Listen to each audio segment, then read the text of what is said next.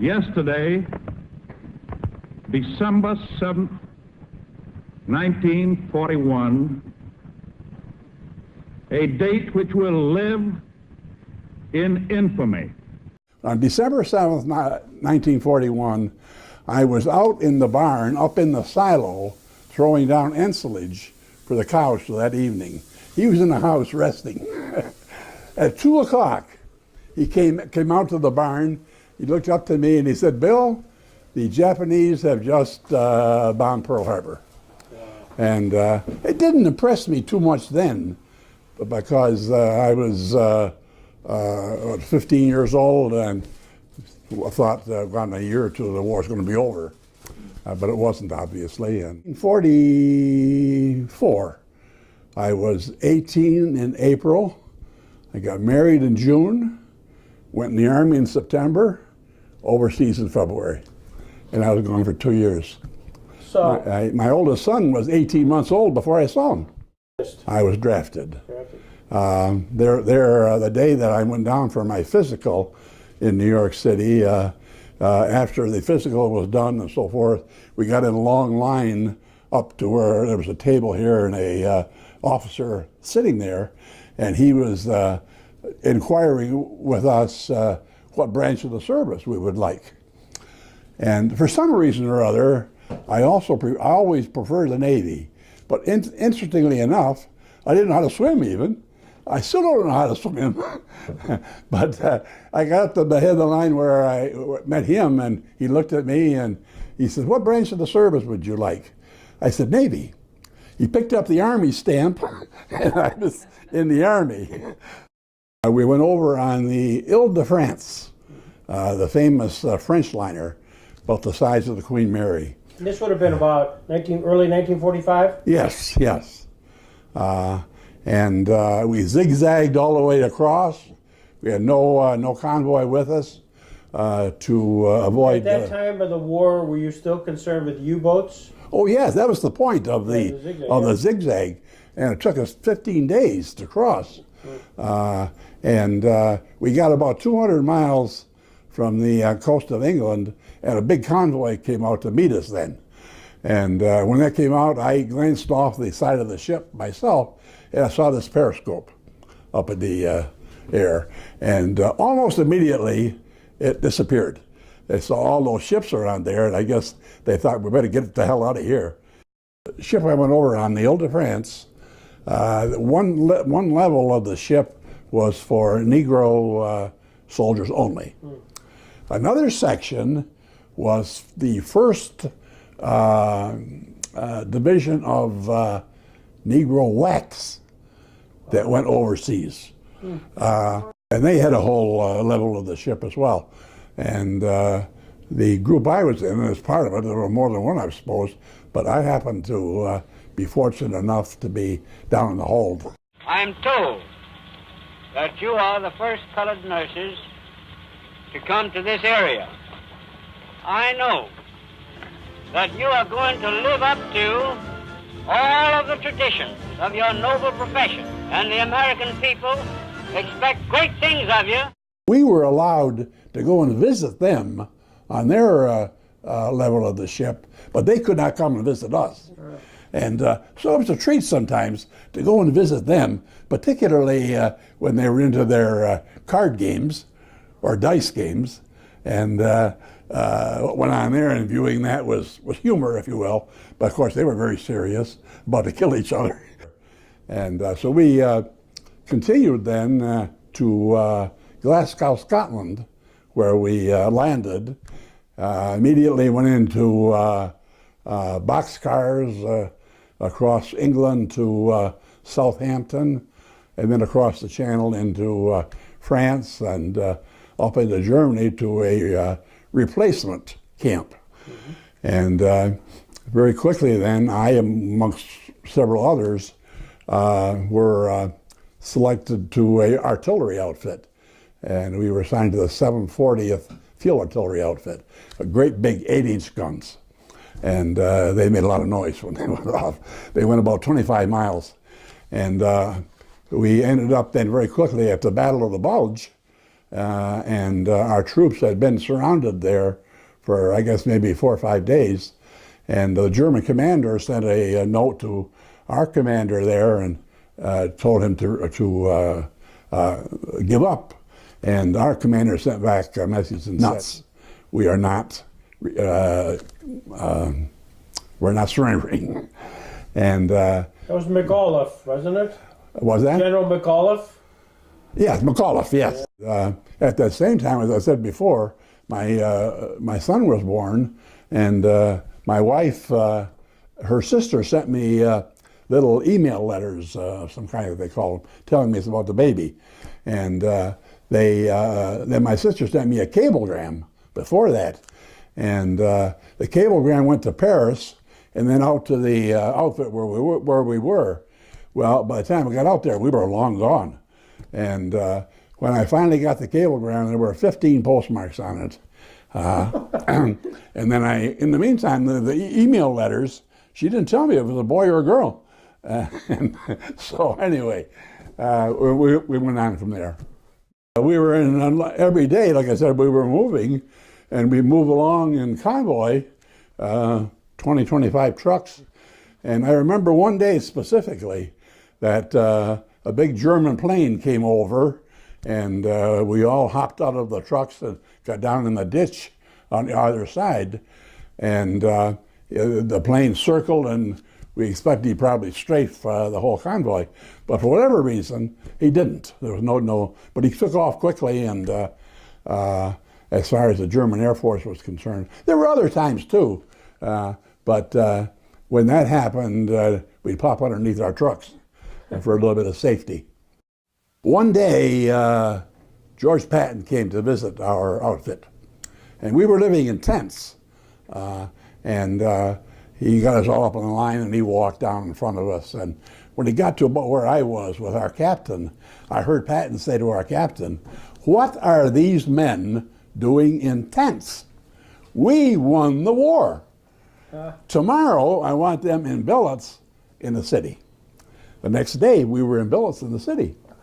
Because he strove with his 2 pearl-handled revolvers on each side of him. But what a guy. After the war, everybody was very exhilarated, of course, and there was a lot of booze drinking.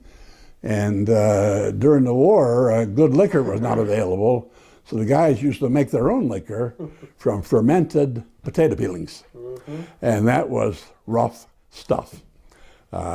And I think I remember the only time I was ever drunk was on that stuff.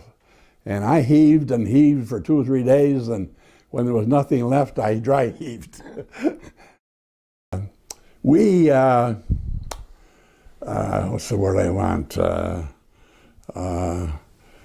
Went looking for goodies, eggs, fresh eggs, chicken, and as illegal and bad as it was, we took them and take them back. We had a treat that day for chicken or fresh eggs for breakfast or whatever. And when we did that, as I look back now, I think to myself, I shouldn't have done that. You know, a little moral responsibility, but there again, at the time, you view it from a different perspective. Well, there you are in Bavaria. How were you, near Munich? We were here in Munich, Regensburg, and Nuremberg. When it came time for the war trials that had been set up, the pit down here was where the defendants and the prosecutors were. We were up in our chairs up here. And on each handle of these chairs was a little dial, and we could dial that dial depending on what language we wanted to hear the proceedings in. And that was kind of nice. And we sat there viewing them, and they were all sat down there in several rows, and they were allowed to bedeck themselves with their military medals. I remember Goring was the first one sitting here on down, and there were 2 or 3 rows. Primary thing I think is of how I viewed that then as a 19-year-old soldier, and how I managed to evaluate it over the years as an adult, as I grew up. It was almost something you couldn't understand, really. And they sat there in their 3 rows, not moving a muscle, had their uniforms on, and you just kind of made one wonder as the prosecutor was presenting things, and they sat there. What were they thinking? You know, I don't know. But the full impact of that came later. Like I say, the dominant thing in my mind, and I know of my buddies also, this is nice. This is entertainment, but I want to go home. Oh yes, he was there that day. Was he there? That I was there. And very obviously listening to him, very intelligent, knew all the facts that he needed to know that day, whatever he was pressing the issue on.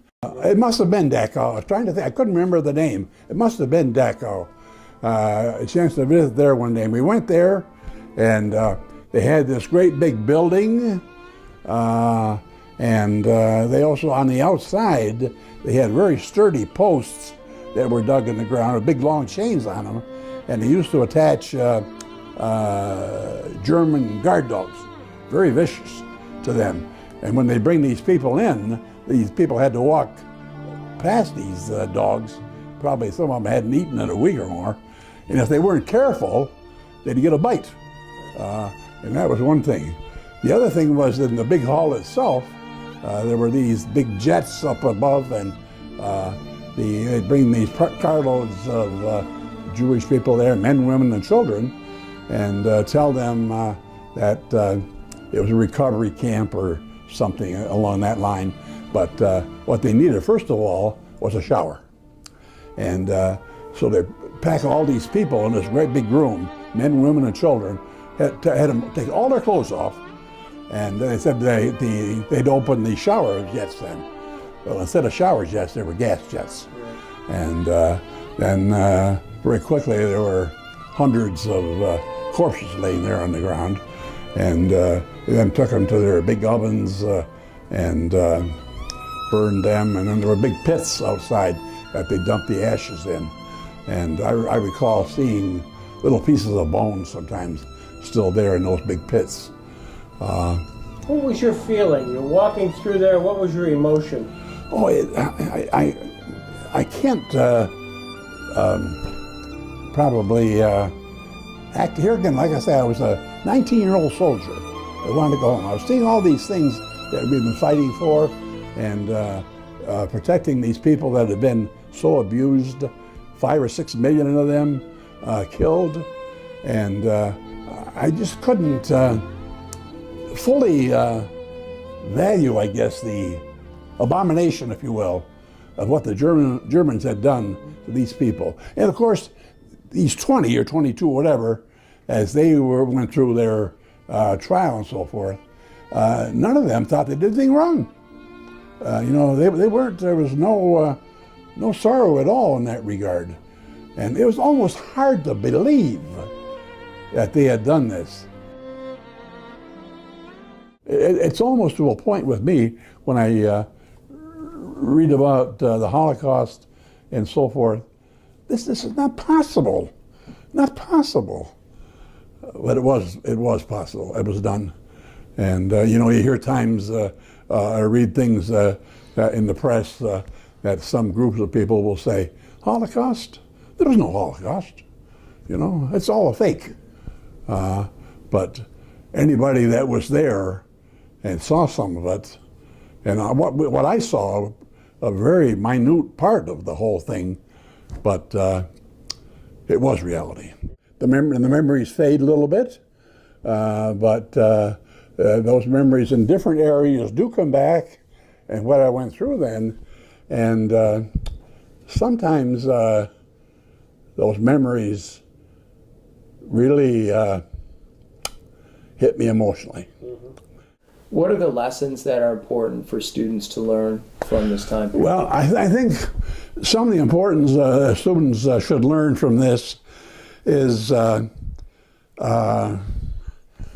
group thinking. They should be wary of group thinking. They should not give away their own individual thinking in that regard, because as we look back at the Hitler period, and obviously a great number of the German people did not like him, but another group did, and the group that did overwhelmed the others. So you got to think for yourself. When I taught CCD class, one of my mottos that I gave them was the word think. It is the source of power. Knowledge is power. And how do you get knowledge? A good education. Very, very important. And so in that regard, not